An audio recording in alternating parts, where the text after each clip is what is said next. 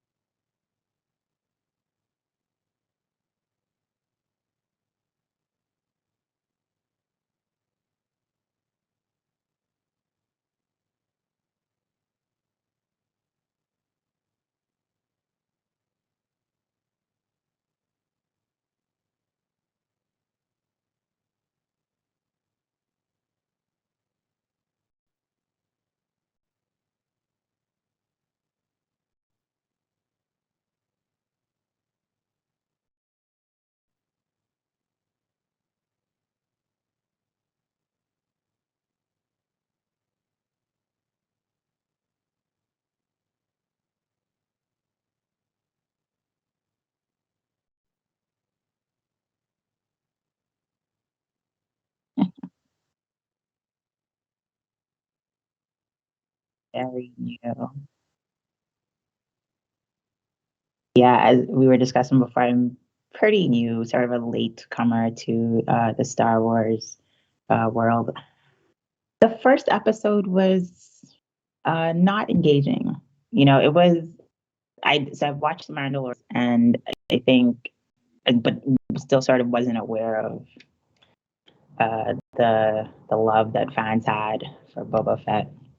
And the first episode, I think, just really didn't do the character justice. I think got off to it felt like it was sort of very slow and sleepy start, and you're seeing him flashbacks to that period of time from I guess Return of the Jedi uh, to now, or the events prior to the Mandalorian, and it didn't really hold me the way the Mandalorian did. The second episode, I think, as you get to see more of who he is, and what made him um, who he is start to come out, and that was a lot more exciting, I should say, actually. So yeah, so I am definitely like curious to see what happens, but it's got off to a slow start for me.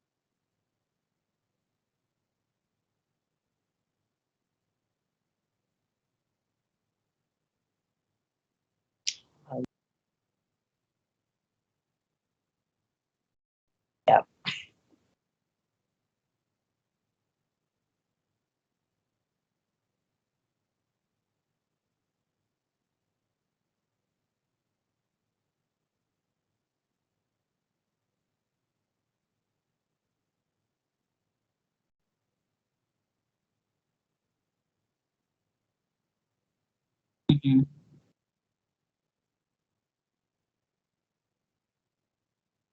Yeah. Mhm.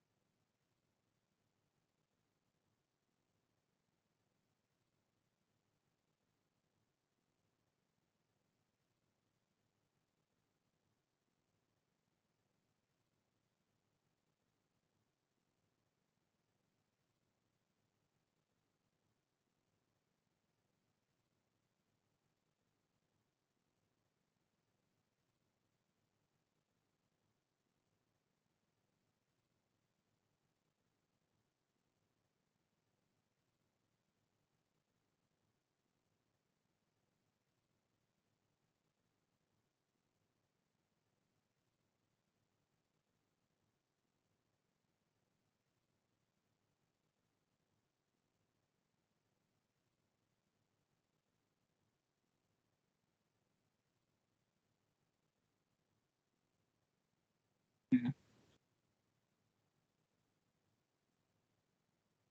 Binge it.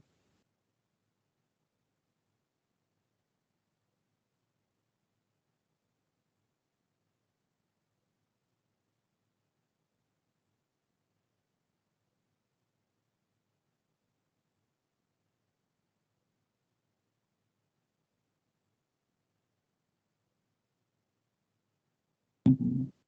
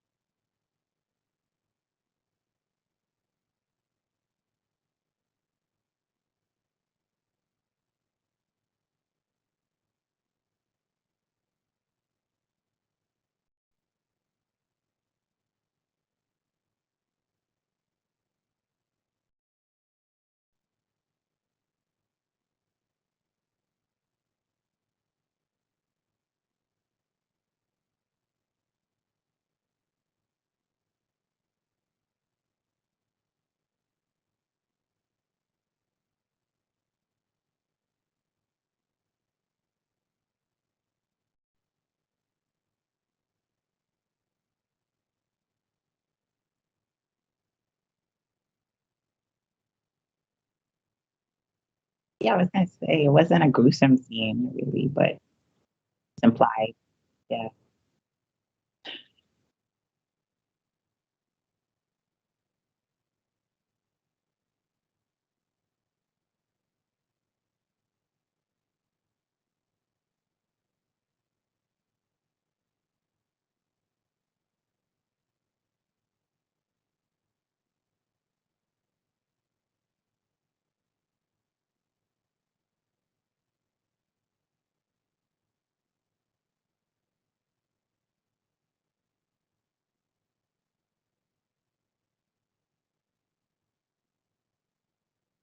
But you got time to get to escape.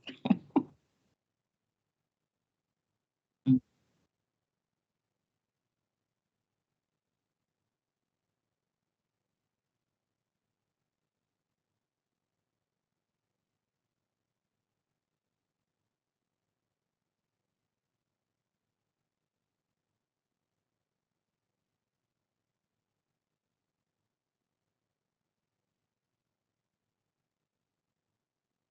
Yeah, so it definitely helped to orient the viewer, right? So you connect, or like if you're not super aware, like scared before in the trauma that they would have gone prior to that. So it does set up the scene, or the story where he's been beaten and broken, almost digested, or facing this grim death, and now he you sort of it did leave me wondering, like, how did he get to the point of where we meet him in the Mandalorian, right? So seeing that, um, what he's been through, and yeah, like okay, how does he heal and regain his strength and his reputation, from that point.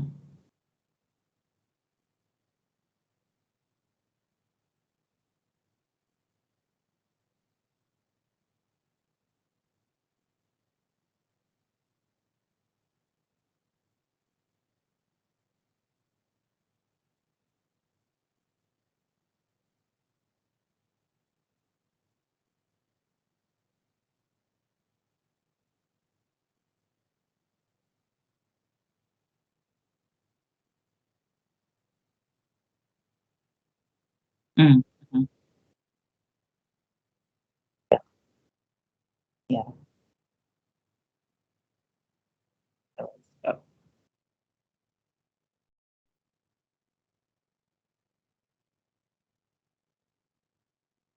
mhm.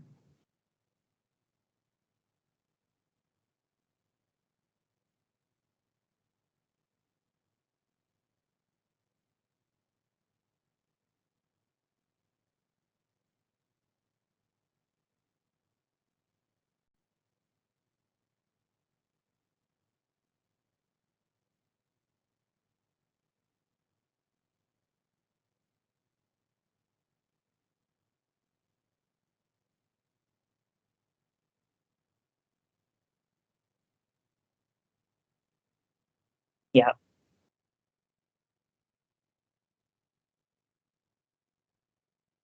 Mhm.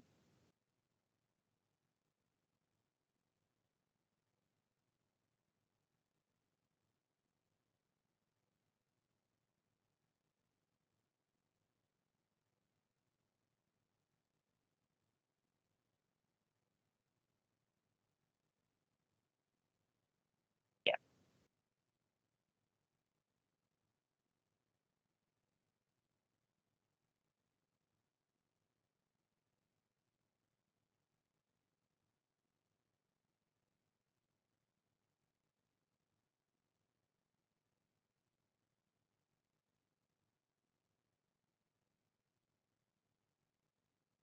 Yeah.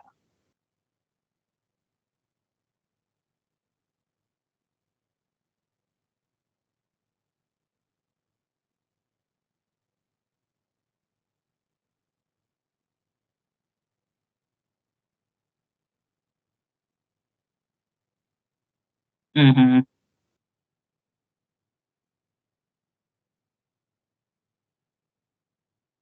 It was just a very funny scene, I thought, like how he worded, he's like, the mayor does not send his tribute, he sends a welcome, right? Like how to be how to insult you without actually using insulting words.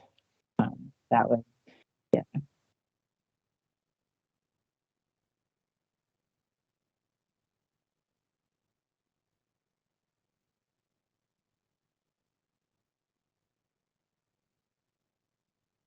Hmm.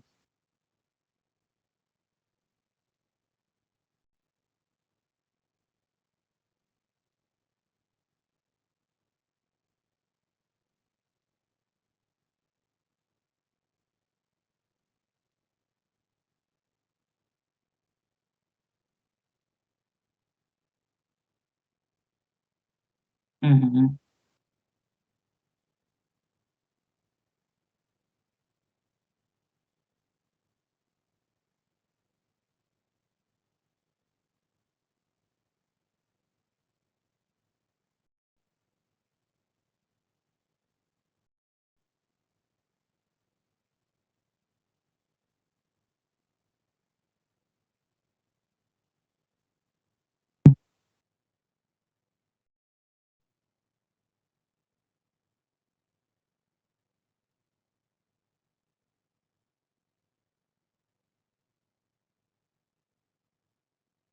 Hmm.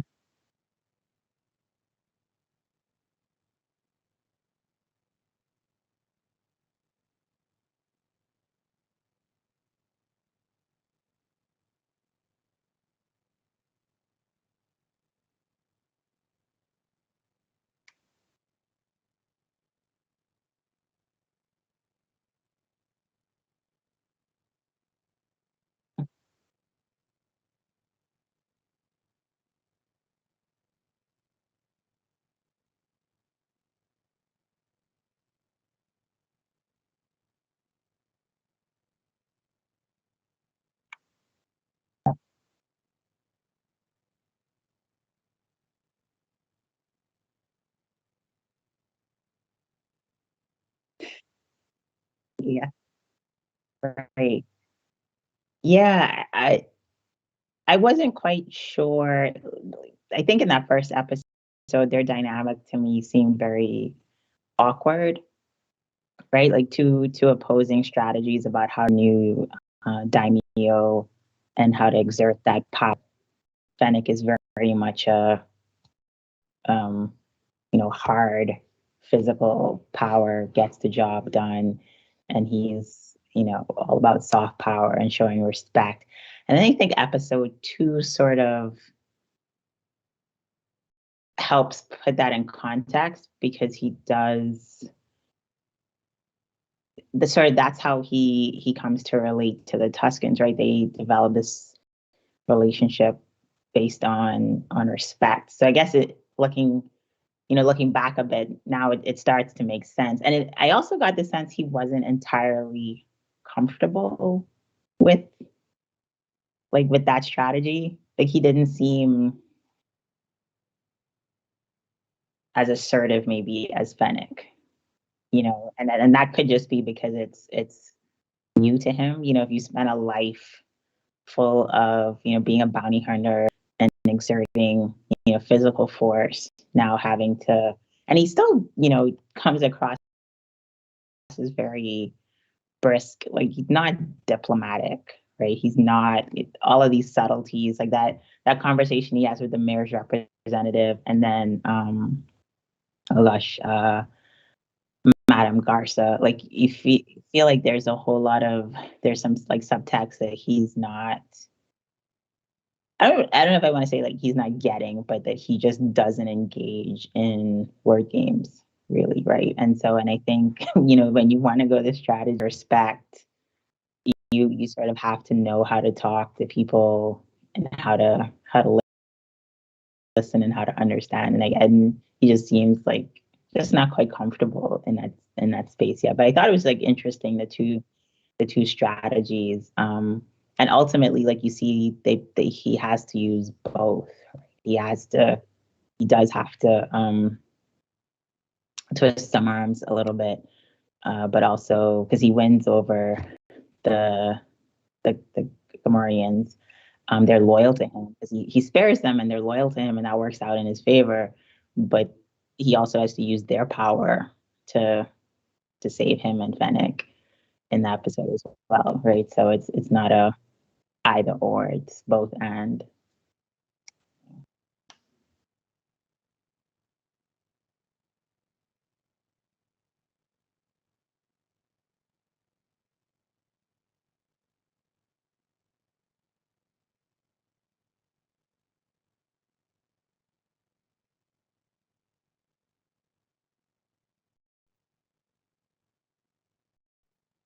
Mhm.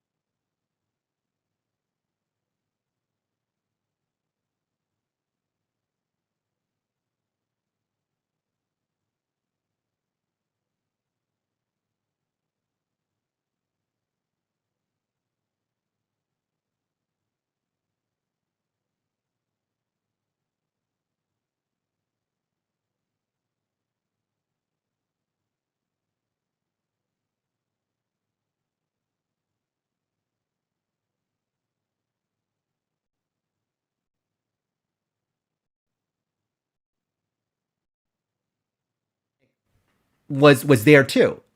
Very, very strange in that, but Fennec has a very different type of impression than he did. So it's just interesting. Overall dynamic was very fascinating to what I kind of see, and so we get to go again. So that's kind of like his.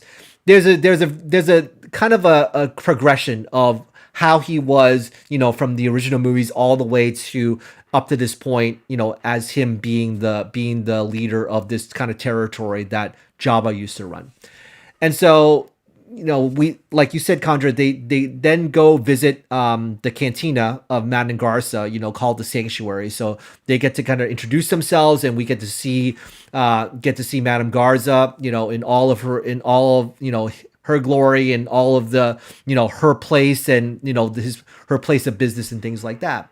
And so, made that visit, and then just make that introduction. Then he went outside, and then there was a line that he said that was really fascinating, in that it said that Jabba rule with fear, I intend to rule with respect. So this is where kind of where Condra, you alluded to, where he was trying to kind of do it out of, okay, you better respect me, or there's going to be some bad things that's going to happen. But I think that he also learned it, as we kind of later on figure out, that it was from his time with the Tuscans as well. We'll kind of see that, but we didn't even know, like, how that line kind of resonated at that time. But maybe to some it may have resonated from having to hang out with Din Djarin and with Grogu, Baby Yoda. So it could have been at that time, but even so, Fennec had to kind of interject and say, in difficult times, fear is a sure bet. So that's kind of like weird, because Fennec again was part of the deal too. She was part of that team as well. So Fennec has a totally different perspective on things. And it's funny because Fennec had a backstory as well in the animated series. She had a backstory of being introduced with the Bad Batch. So if you get to see the Bad Batch, is also on Disney Plus. There's some elements of Fennec in there as well, when she was younger, dealing with in that period of the timeline. So that, does that inform me of who Fennec really is? Not really, because it seemed as though from that animated series that she was a little more compassionate, but it could be that it could be that she was a lot more jaded because she actually died. So you remember from the Mandalorian, she actually died. So and then she was revitalized by Boba Fett. So it could be because she does not want um, Boba Fett to kind of experience the same fate. So what do you think about Fennec and what her brain machinations from what you've seen so far of what she's all about? So I think I also try to think back to, and you posted an Mm-hmm. interesting graphic, like the timeline that these stories take place in. And so they're in a period where um, they've come out of, a really brutal war, right? And I think people are sort of still um, trying to figure out what is happening, how do they fit, are because the old allegiances, do people still have those old allegiances? How do you sort of get by in this new and still changing environment, right? That hasn't really settled. Like your old enemies still exist, and that sort of thing. And so I think it's just like and like you said, like fair works. It's fast. You get an instant response. It takes a really long time to earn people's trust and to work with them, and you having that time or the patience to want to take that time. And I think that's just sort of just where she's coming from. Like, this is what works. I know that this is what works. Anything else would be an unknown. And you know, and I guess I get the sense that that's sort of where she's operating. Like, I know what I can do, what my skills are, and that's where I'm comfortable. This whole like diplomacy thing is, Mm-hmm. yeah, yeah. So I think that's because you see it a little. I mean, a lot in the Mandalorian as well, right? Like, just people trying to figure Mm-hmm. out who's in charge, right? And how do I treat this like this is how these were the protocols we followed when these people were in charge. Now this person is in charge. What are the protocols to follow here? And that's just very like that making those adjustments and not getting killed in the process. I imagine is Mm-hmm. pretty Right, right. stressful. I Yeah. think it's just fascinating to kind of see their dynamic in many ways and how they kind of their life experiences up to this point kind of informs them of who they are. And like I said, I think that Fennec probably has a different type of feeling because she actually did die. And so Boba Fett, Mhm. although he was being swallowed up, he was close, Being but he close wasn't to it. dead. So it's kind of very fascinating to kind of see, not just how they experience death, but how they've experienced kind of like adverse situations throughout, and how like you said, how they informed it based on the people that they were with at the time, based on the Mhm. Mandalorian, but also in earlier kind of films as well as animated shows. So yeah, I just find that their interactions are just very interesting in many ways. And also the thing is that Fennec does owe Boba Fett, remember, a life debt because she was revitalized based on him fixing her basically and making her. I think it was her Mhm. abdomen that was all mechanical from now on. So she owes him like basically a life debt because of it. So um, yeah. Do you think she's completely comfortable? I mean, I get the sense like she owes him. She's Mhm. okay with it, but then I also wonder like exactly how okay, because she seems so and she still is like very much like Mhm. wanting to do her own thing. And I guess I don't know if there's like some sort of conflict there where she's Right. indebted to him. I think there's a conflict in her mind about the why of it. Mhm. I think it's maybe I don't know if maybe there's some hope that she'll convince him to do Mm. things her way, and that would make her service or her indebtedness to him Mm. easier. because now she doesn't have to try and sort of fight against this new way he wants to do things. Yeah, I think that's an excellent question. I think that hopefully we get to see some of that conflict later on when Boba Fett gets in trouble, and we see that a little bit with right after when the line was delivered about fear. Fear is a sure bet. Then all of a sudden they get surrounded by assassins, with the shields and stuff like that. So just as she said that, they had the assassins come in, and basically there's already people that are trying to challenge Boba Fett's power already, and so it kind of made Fennec in many ways like, you need to really need to be tougher on these guys. You can't just be like not showing the fat, and also that he should be carried around town and stuff like that. And he said, I can walk on my own two legs. It's like, what's wrong with that? And so right.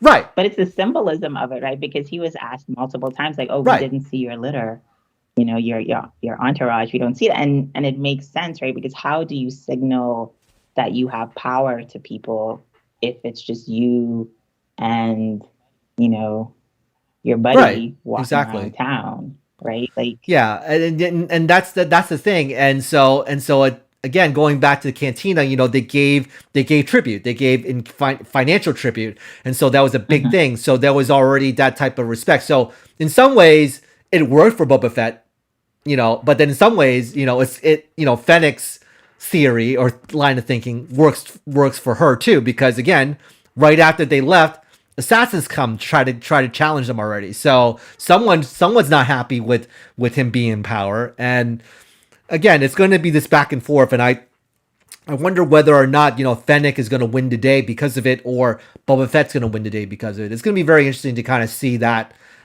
dynamic play out as we go through each of these episodes. So basically, they were attacked by these assassins, and Fennec, there was a nice action scene where Fennec was jumping on rooftops, chasing after those assassins, and then we find out that the Gamorreans were able to take Boba Fett back to the palace because apparently he probably got hurt again or something, or rather he said, bring me back to the Bacta tank. So he was able to go back to the Bacta tank, and then when he got back in there, we see more flashbacks. So there was more flashbacks of him digging for milk. So the milk is the container, is in the container where the Tuskens drank from, and so it's interesting because I don't know if it was from the Mandalorian where I don't know if it was Cobb Vanth that drank that milk and he was like, this is like not so good. I'd rather not drink that, and then Din Djarin was like, no, you actually have to drink that because that's out of respect, for the Tuskens. And so it was very interesting in that Boba Fett had no issue with it. He was like, no, I actually need that. It's probably because he's a prisoner and he's very thirsty, so it really doesn't matter to him, probably. So yeah, I just found that little interesting. And you see that he was a prisoner with a Nemoidian. Okay, so that it was the alien that you saw Greedo. So it's the same race as Greedo was, different color. And so he was there, and and so what happened is that he's kind of getting prodded, poked, and stuff like that. The Tuskens don't really show him that much respect right now, and also to the point where the little Tusken was making fun of him, basically like prodding him, poking him, and like, you're no fun. You're like trying to tease him and things like that. And it ended up happening was that they were attacked by a monster, by a sand monster. So a lot of people online has been saying that the sand monster looked like the Kraken from the movie Clash of the Titans. So I saw the picture and I was like, yeah, that's probably looked like it. But some people also said that he looked like a Pokemon, which I found hilarious because it's like they associate that with a Pokemon. That's really, really interesting. So they were attacked by a sand monster, and Boba Fett was able to kill the sand monster at the end and basically saved the Tusken child. And And then so Boba Fett was able to bring the head of the sand monster to the tribe, and basically that kind of said, "Oh wow, this guy saved the child's life, but also he's able to bring this kind of formidable sand monster, basically kill it and stuff like that." So what do you think of that whole dynamic there about with the kid and then with the sand monster coming in? I mean, that was, I think, a turning point, right? Because he could have overpowered the child, or gotten away and let die, and he didn't do that. And even after killing the monster, he could have just walked away from this. He chose to return to the Tusken camp, and I think that was probably the moment where the leader of that Tusken group sort of, at least like, okay, this, he's a little bit more than a slave to us now. So I thought that was interesting, and just him, because I think it was also, it took a lot of trust from Boba Fett himself, right, to return, not knowing how they would receive that, whether there would be any sort of gratitude, or if he would still continue to be met with harsh conditions and cruelty. And it's also, I mean, possible that just in terms of physically, he could not escape, right? Because maybe he doesn't know where he is, doesn't have the resources to make it very far. So, but that still, I think, took trust on both sides once he came back to figure out a way forward, because they treated him really. Mm-hmm. Yeah. I agree. There's definitely need to be trust on both sides with it, but I think that the fact that he was able to save their child, the little kid, I think that kind of said, oh wow, this guy really is genuine. This guy definitely deserves some sort of affirmation in many ways. But at the same time, he was up before the monster. He basically was asking the Memorian to, like, can you get us off world? So there was still a little bit of, no, I really don't like these guys. These guys are really treating me, like you said, Chandra, horribly. So I'm like, so he's like, let's get off world. Let's try to escape and get out of here. And this kid's like bothering me and stuff. Like, in any situation, any adult would be like, I'm out of here. So you fault him for that? Probably not. But yeah, that's when that sand monster came in. Yeah, maybe his thinking is that it was more like self-preservation, because I think he did end up killing the Nemordian. I think he did, the sand master. So he was like, oh crap, I better like save myself too. But it's good that the child's there, so maybe I could save him too. And so I think he was kind of I don't think he was making those calculations in his mind, because he's probably like survival, like, yeah, he's going to kill it. He's going to kill me too. Yeah. It's going to kill me too. So, yeah, exactly. So might as well just like do my best to defend myself and kill the monster before bad things start to happen. And then that's pretty much where we end up at the end of the first episode. So, but like you said, the first episode was overall, I think, a little slow, a little kind of, again, not much action, but definitely people still talked about it. I mean, the monster was still a big, nice review, because I think that there was some concept art about the monster for the original Star Wars series. I think that there was, but I'm not 100% sure on that. But it's just interesting to kind of, they're pulling up all of the different types of concept arts and all that type of thing, borrowing from different types of stories and stuff and putting it into the Star Wars universe. So I find that part pretty fascinating to kind of read about. Yeah. And so that's, again, like I said, that's pretty much the end of the first episode. So then we get into the second episode, which is entitled Tribes of Tatooine. And so we start off this episode with Fennec capturing one of the assassins and bringing the assassin back to Jabba's palace. And so we see them opening the doors, and so that was a nice callback to, to Return of the Jedi, where R2D2 and 3PO was opening doors and Luke Skywalker was opening the doors. So it was very surreal in many ways, because I've seen that so many times in a different context.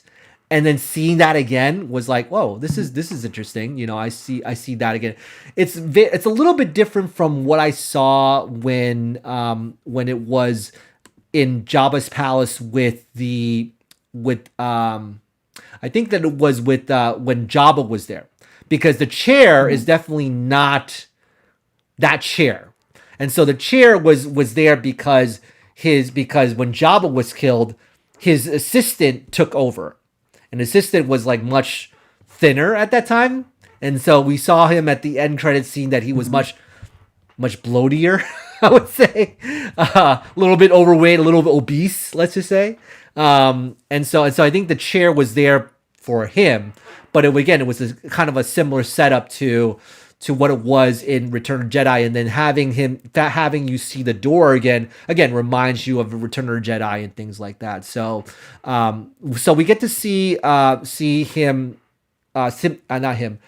Fennec bring in the assassin, and so we find out that the assassin is from a syndicate, from a criminal enterprise called the Order of the Nightwind. So I don't know too much about the Order of the Nightwind. I haven't heard of the name in terms of the different types of series and movies and things like that, because you're dealing a lot with the crime syndicates, and we get to explore some of the crime syndicates in the animated series and in some of the animated TV shows, Clone Wars, for example. But I don't think we got to see this particular crime syndicate. So it's very interesting how they may explore crime syndicates in the future, and how they kind of gets weaved into the Star Wars universe, because there is some elements of that here and there, not so much in live action yet, but we saw a lot of that again in the animated series. And so he's presented before Boba Fett, and so we see that Fennec and Boba Fett was threatening to kill him and to feed him to the Rancor, and we know that, having seen Return of the Jedi, the Rancor is dead. So, but that guy, the assassin, does not know that it's dead.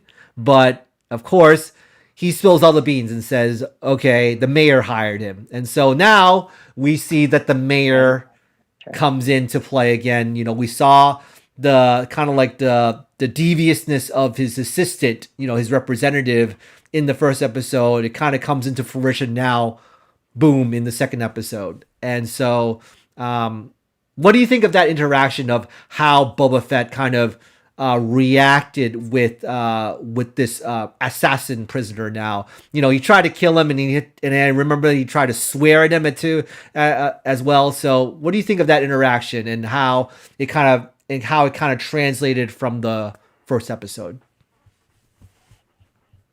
Yeah, I mean, I think that's an ideal, or like a prime moment where he realizes that his soft approach is like, it's not going to work on somebody who doesn't fit punishment or death, or they're not going to switch allegiances.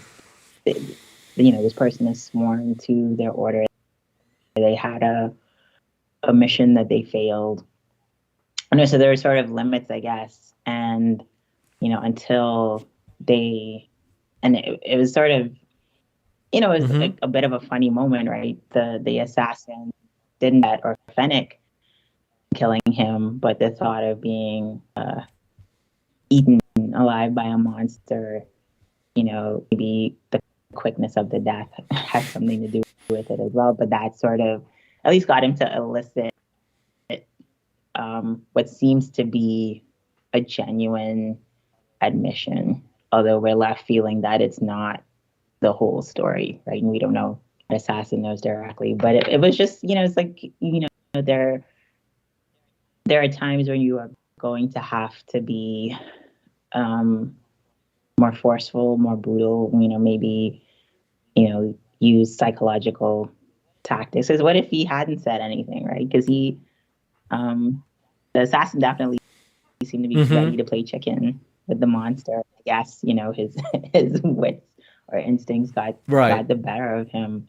But like you have to, you might have to exert more force than you initially thought, and get that information you want, or get people on your side, because then he does have to go and now talk to the mayor face to face, right? After the mayor had essentially shunned him, right? Didn't show up to offer any sort of tribute and was like, whatever, you say you're the new daimyo, but I'm going to welcome you to my city, but I'm not going to acknowledge your authority, essentially. So now he has to play, I mean, he has to play both games, right? The political and fight those physical battles. Right. I think that's definitely very interesting to kind of see, you know, again, his development from that. It's not as easy as you think that it is, you know, grabbing power, just because again,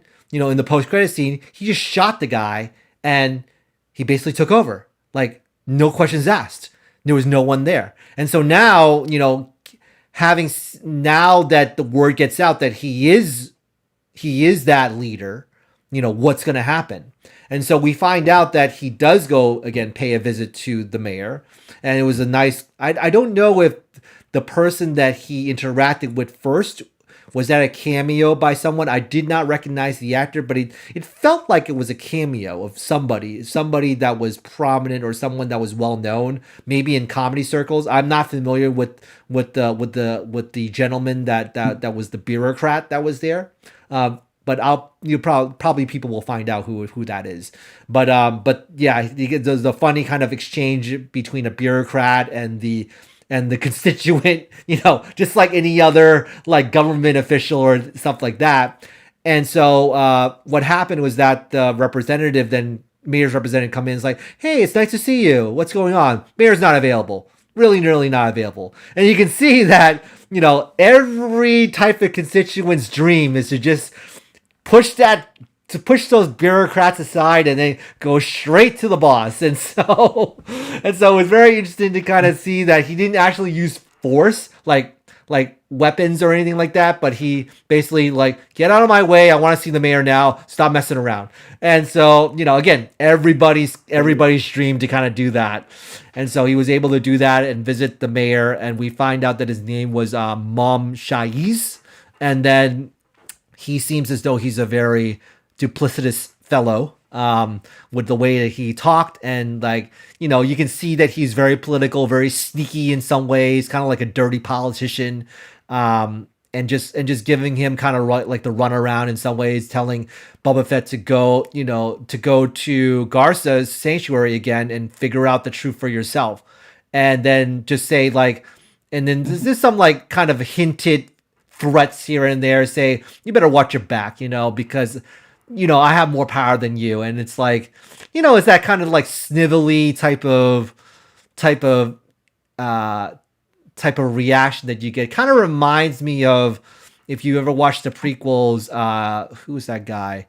Newt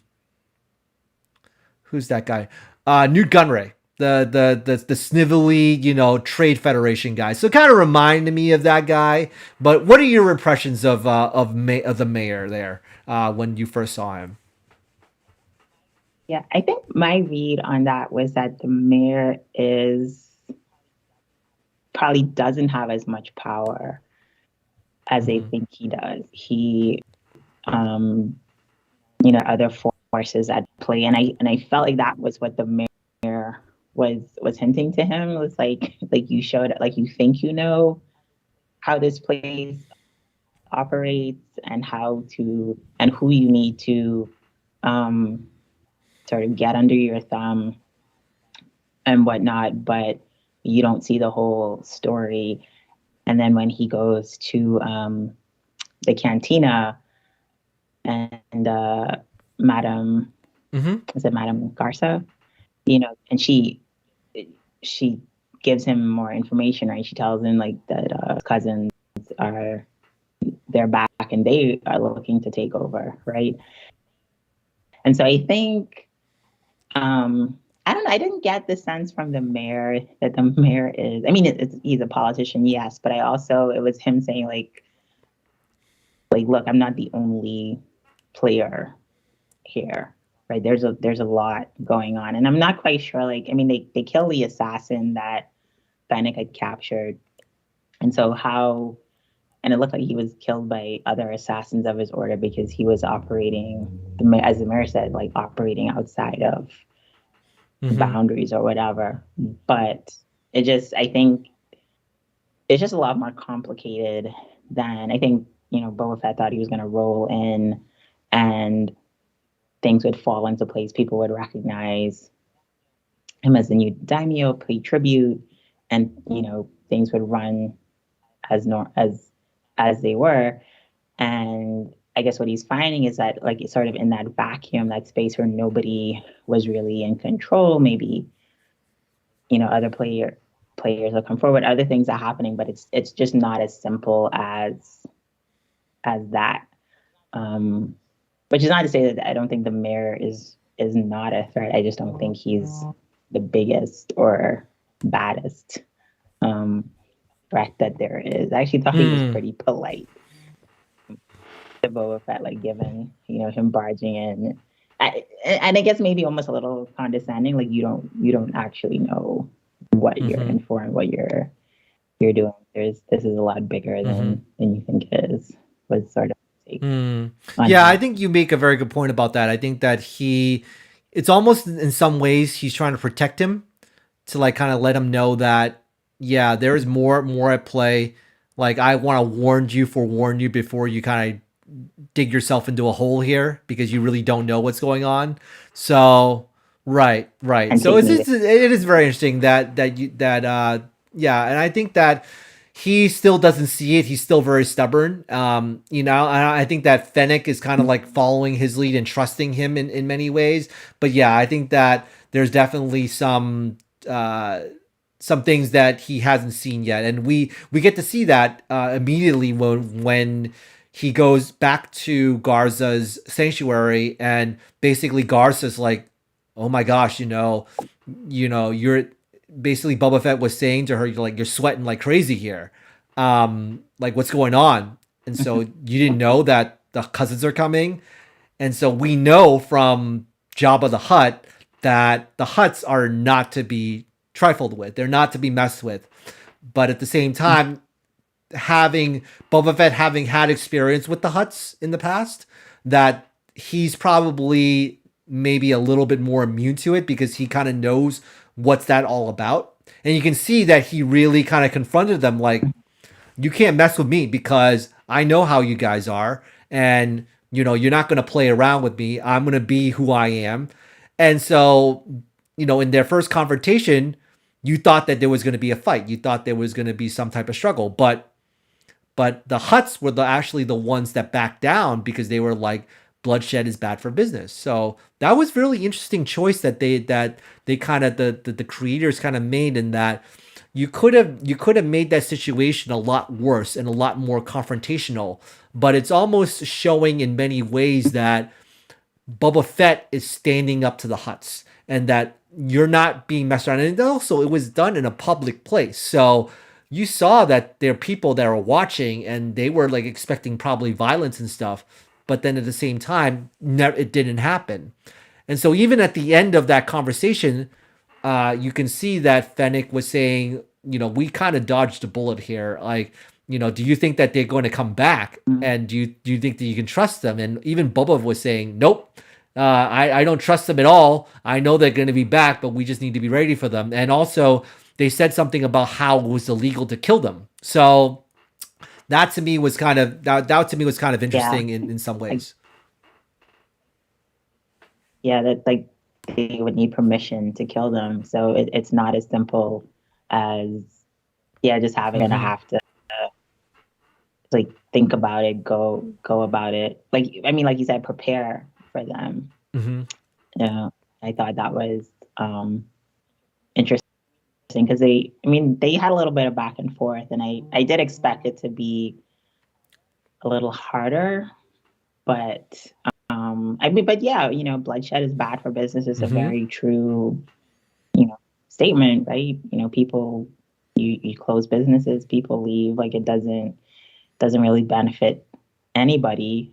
Um, and I'm sure they have like other game in town. So, and if all you want to make money, then why stop? Especially if you're playing the long game, right? They're not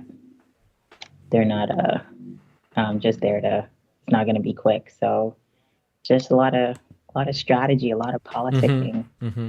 Definitely. I think it's definitely much more engaging type of politicking than it was in the prequels, because a lot of people thought that the politicking in the prequels was like too much kind of not over the top, but too much pomp and circumstance for Star Wars. And so I think that a lot of people were, and whenever there's like bureaucratic meetings like that, they're like, oh, let's get to the good stuff. So it was interesting in that it's more confrontational. It's kind of set in an outdoor setting, so it may be more engaging because of that, because you never know what happens. Almost like a kind of like one of those spaghetti western standoffs.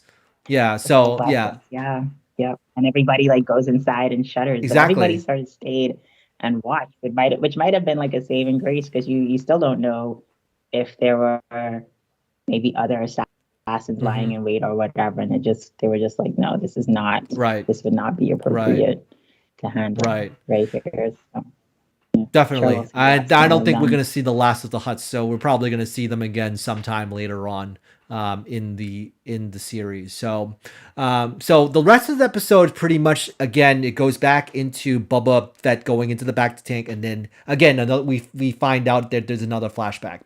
And so, we left off in the first Mhm. flashback, we kind of left off at where he was gaining the trust of the Tuskens. And so he killed the sand monster. And so they found out that there was a train convoy that was basically a bullet train that was I think that was attached to a pod racing engine. It probably was a pod racing engine.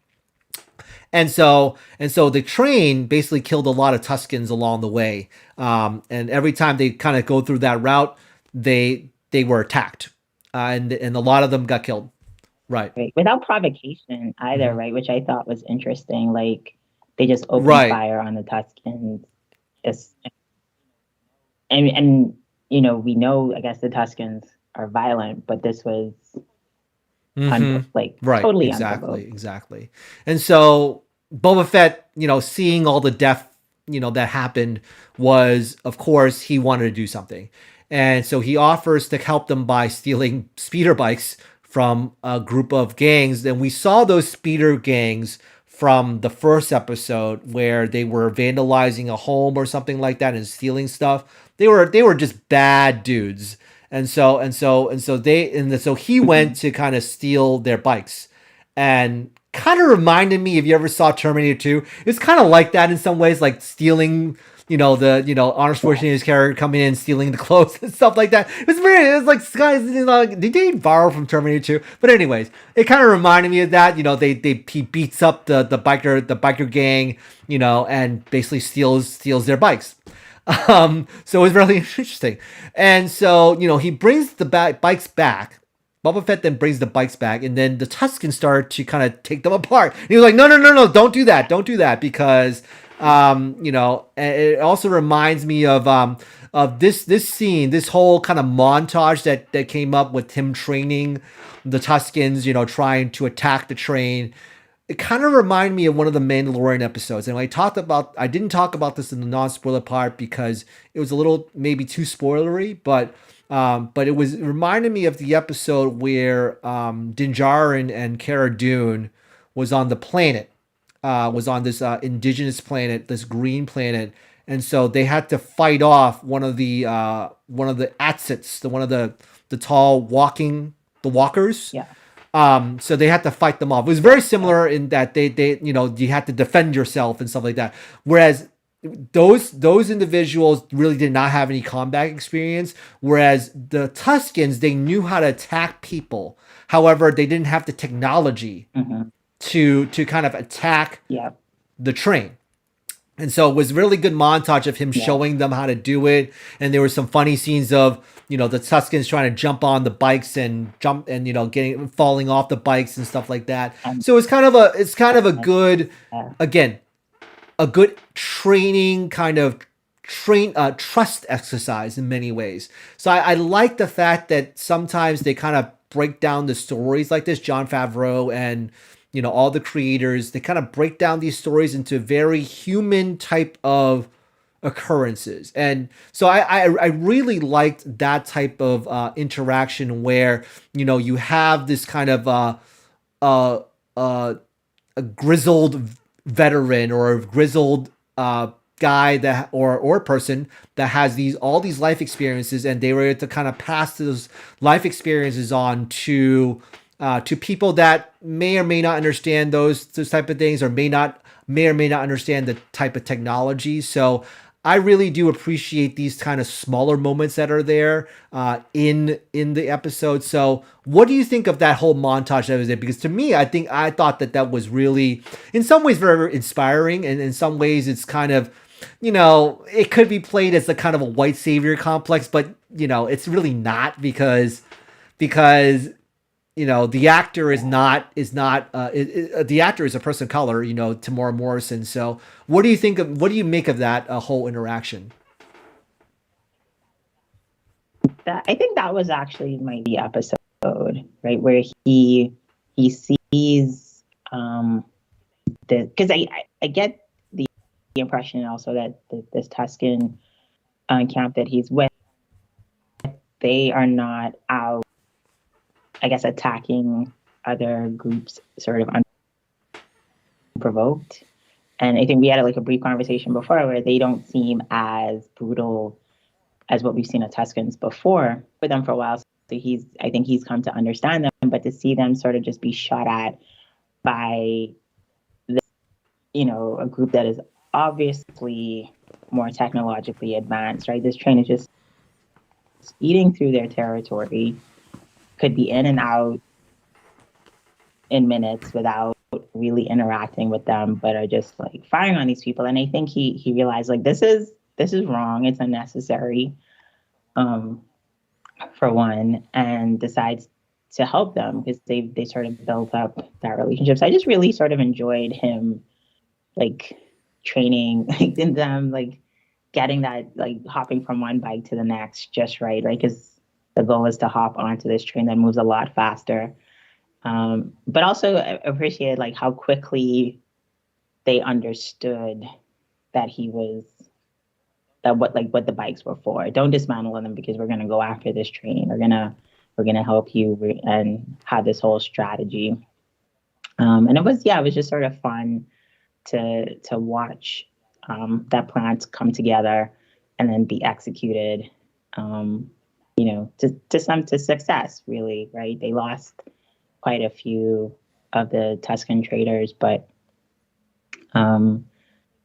they destroyed the train, right? Had a conversation. He had a conversation with the and I don't know what species that was on the train. Yeah. But they were they were moving spices. That's I don't they're not the Pike Syndicate, because the Pike Syndicate was one of the big time syndicates that was moving spice. That was from the animated show. They were saying that they move spice as well. So spice is, for those of you that don't know, spice is one of it's like drugs pretty much for the Star Wars universe. They just call it spice. And so they are this kind of syndicate, this crime syndicate is basically moving the spice through their territory, through the Tusken Raiders territory, and basically they're just kind of like with impunity, just kind of like mowing them down wherever they see them, because they see them as a threat. And so what happened is that Boba then says, okay, you know, you can't pass this through these lands anymore like that. You're gonna have to pay a toll. And so that's kind of interesting that he's kind of like laying down the law and saying that, you know, I spare you guys. He said that your lives are a gesture of our civility, which is kind of that was pretty That was a pretty good line, I would say, where he's like, yeah, Yeah. I'm showing you some soft power here. I'm going to spare your lives, but don't do this again or you're going to die pretty much. So I just found that part very, very cool. Very kind of interesting in a lot of ways. And so they basically, they had to walk back to the nearest city, with the milk, with the milk containers and things like that. So yeah, I just found that part really fascinating there as well, where they just uh, again move the just kind of threaten them, but not really threatening them in some ways. Yeah. What do you make of Hmm. that? Yeah.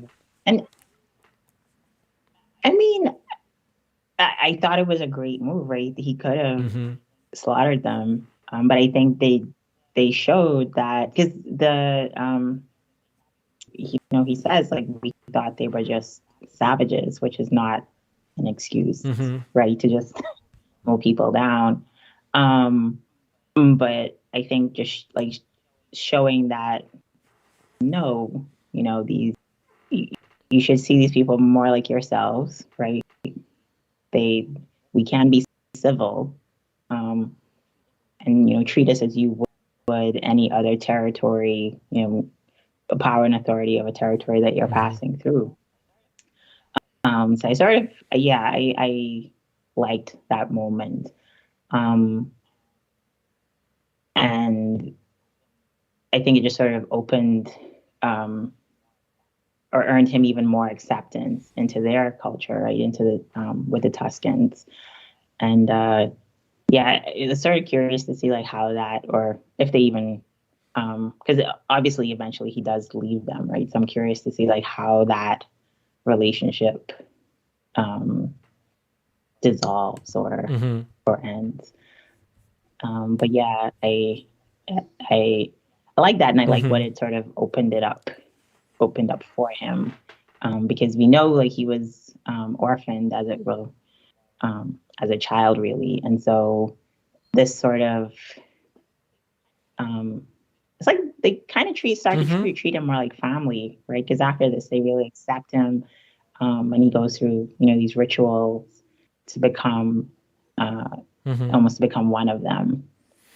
And so that was sort of interesting to see. And then maybe that's what sort of helped spur his change or further his change, right? Like that acceptance and having Mm-hmm. being a part of something and started seeing that. Because I think that's like the first time he sort of exerts that soft power. Like after they've obviously like destroyed the train and killed the guards and the Mm-hmm. sharpshooters on that train, right? So you you sort of you do Mm-hmm. have to do both, right? So, but letting them know like we could do that, but we're not going to Mm-hmm. because we're civil, right? We're gonna let you go, but you need to show some respect in return. And I think that's sort of where he, um, yeah, I guess where you started. Maybe that's the beginning of his new Mm. philosophy or strategy of Yeah, getting that's a very good point. Is that I didn't, when I was watching the episode, I didn't really think that was kind of like the turning point. I just thought of it as more kind of like the family building, the trust building part, and also kind of like he's now part of the family, and we see that, again toward the end of the episode where they trust him enough now that he was able to protect them from this train, that he went on this spiritual journey, the lizard going up his nose and then going Mhm. into his head. And then he goes into this kind of like spiritual journey to find a sacred branch from a sacred tree. That's pretty much what it was. But it was kind of like, in some Yeah. ways, I'm kind of like shortchanging it a little bit, but that's basically what happened there. And we've seen a lot of this type of spirituality type of thing in other Star Wars properties in the past. I think the one that makes that is closest was actually, it's now non-canon, is actually from one of the cartoons as well, where Anakin actually went through a spiritual journey as well, where they actually saw him to turn to the dark side. It gets really dark, animation wise, but it kind of reminded me of that non-canon animated series. It was also called the Clone Wars. It was like these 3-minute shorts. It was from the Cartoon Network. So if you do see it, go check it out. It's kind of fills in some gaps here and there. But it reminded me of that. And so we also get to see at the now very close to the end of this episode, we get to see that he has the black Tusken costume and the weapon that you saw in the Mandalorian when he was fighting the stormtroopers, and at the end of the first Mandalorian episode of season 2.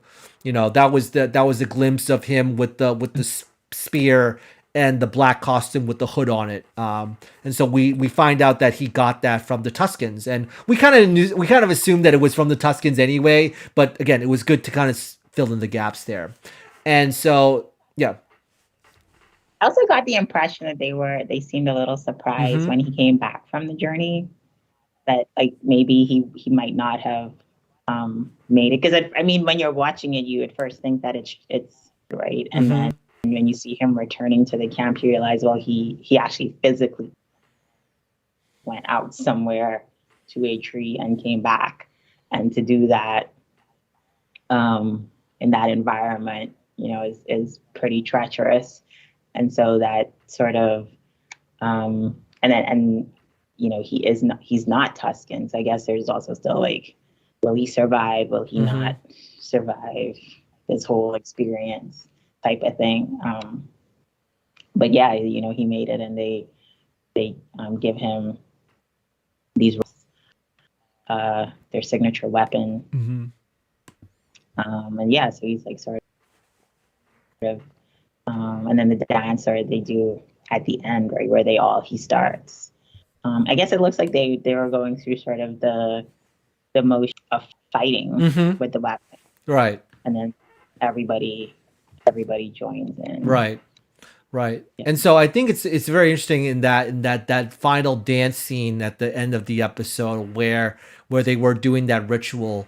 And I think the Temuera Morrison, who plays Boba Fett, he is of Maori descent. So if people don't know about the Maori, they are from New Zealand, and so a lot of the Maori culture, he did bring in elements of that into the Star Wars universe. So it was very fascinating. He did mention in several things online that he did do that. For this episode, he brought parts of his culture into it. So it's always very fascinating to kind of see how different cultures, the power of diversity and the power of who we are as humans, to kind of bring those elements in a respectful manner, in a respectful manner with the people that are doing it, to kind of, again, enhance the quality of the storytelling. So really, really fascinating in that regard there. So what do you think of that part? Because I think we did talk about it a little bit before our live stream tonight about the dance part. Yeah. I mean, I enjoyed, because I think before this, the Tuskens had just come across as you didn't really know much about them beyond, right? Attacking people, taking slaves, destroying things. And now, in this episode, we see more of them, more of their culture, more, and it just, to me, just made it for a richer story and better understanding of, just one of many species in this universe. And even there's a moment, I think, before he gives Boba Fett, the leader of this group, gives Boba Fett the lizard, where he says, we, unlike other groups, we've been forced to hide. And Boba Fett says, you shouldn't hide your warriors, which also makes me think, like, even among Tuskens, there's also a great diversity, right, of how they function, how they operate. So it's so I think it just sort of to add that depth to this group that was just sort of just there for brutality, know more about them. They have, a much richer history than we've seen before. So I really enjoyed that this arc and this part of the story with them, and what he's learned from them, right? Because I think that was also the thing, is like he's actually learned something from his time with them. Because even though they are brutal, he was also he was a bounty hunter, right? So that's not, it's not like he was benevolent person before either, but there was still room for him for him to grow, and for them to teach him, and for him to teach them some things. So that exchange and that acceptance, and him sort of becoming a part of their group was. Yeah, definitely. I think that, again, it enhances the story quite a bit. And again, going, let's look at the evolution of the Sand People, or the Tuskens. They were referred to as the Sand People in the original Star Wars. He was attacked.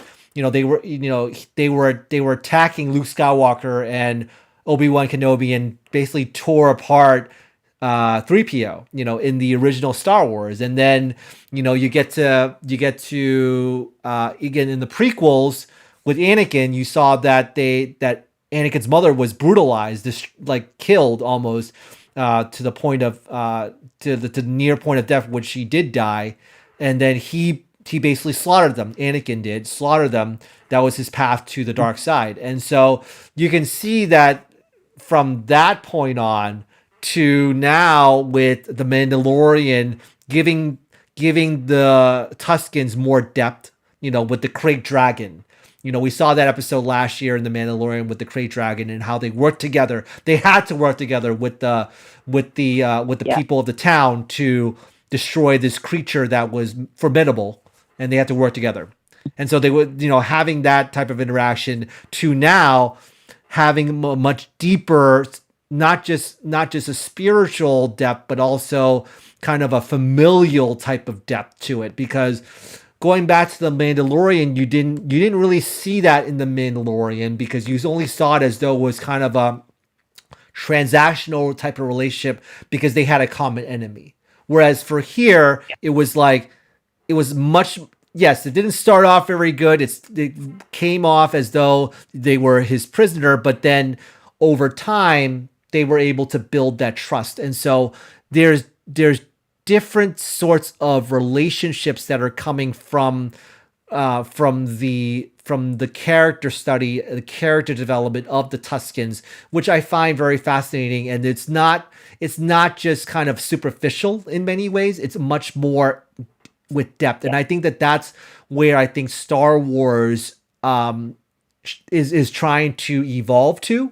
And I think that's a very good thing for Star Wars to evolve into, because, if you look at the original series, is much more, good versus evil, and even with the Tuskens, it was kind of good versus evil, or it presented it being very simple. Right. And I think that maybe the track that they're taking makes for much richer and complicated storytelling, and it gives, I think, makes viewers more interested in, like, you want to come back and learn more and see more, because it's not just, this person or this group is all good and this group is all bad, right? There's a lot of gray and different shades of gray in between, and you might feel differently from one episode to the next, or 1 minute to the next. And I think that, at least, from personally, like, that is what I find that much more engaging than just, trying to make it seem more like a fairy tale where, the good and bad actors make it seem obvious. And even I think that it was interesting in the train robbers, or the spice carriers. You could see some humanism in there, because the leader that spoke was like, okay, you can definitely see it from their perspective too. But at the same time, they are kind of bad, but at the same time, you know, there are some layers there as well.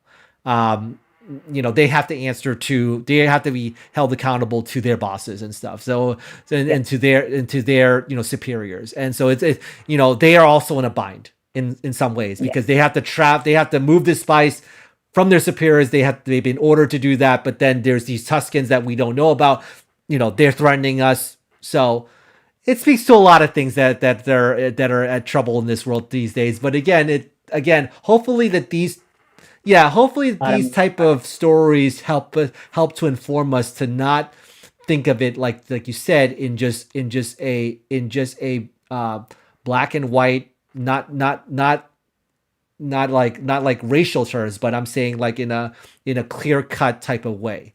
It's much more nuanced, it's much more sophisticated and complex. And so I think that we need to kind of, as a society, try to get away from that. And hopefully Star Wars is one of those places where the storytelling is good enough in order for us to kind of make better decisions about our lives in that aspect of it. Yeah. So, any final thoughts before we wrap up our live stream for tonight? No, I think we've covered it. Covered it all. Yeah, just, you know, sort of. Yeah, I'm really curious to see like how his connection with the Tuskens comes to an end, like how he moves forward. Yeah, so I think now I'm like invested in the Book of Boba Fett. Mm-hmm. Episode 1 had me like, I don't know. Mm-hmm. Episode 2 was like, oh, okay, I think I'm on. Mm-hmm. Yeah, I think for me, it definitely, I feel similar. Because I am a Star Wars fan, so I'm kind of invested no matter what. Even if I think that for me, even if the episodes weren't as engaging, I would still like to watch it because I've been so invested in it all my life. And so, you know, I enjoyed all of the Star Wars movies, even though some fans don't like I mean, of course, I enjoy the originals a lot more than the prequels. Of course, some of the prequel stuff is getting a reevaluation on some things, and you know, with certain characters. And then also, I think that the sequels, you know, the ones that just recently came out, they're going to get their reevaluation sometime in the future. You know, I think that's still too fresh, and I think there's a lot of toxicity, unfortunately, in the Star Wars fandom, and so, you know, hopefully that kind of toxicity kind of dies down. And I think that hopefully there's going to be a better reevaluation of the sequels along with other Star Wars properties. So having said all that, we would like to hear from you. So comment down below, like and subscribe if you like more content like this, and we will see you next time.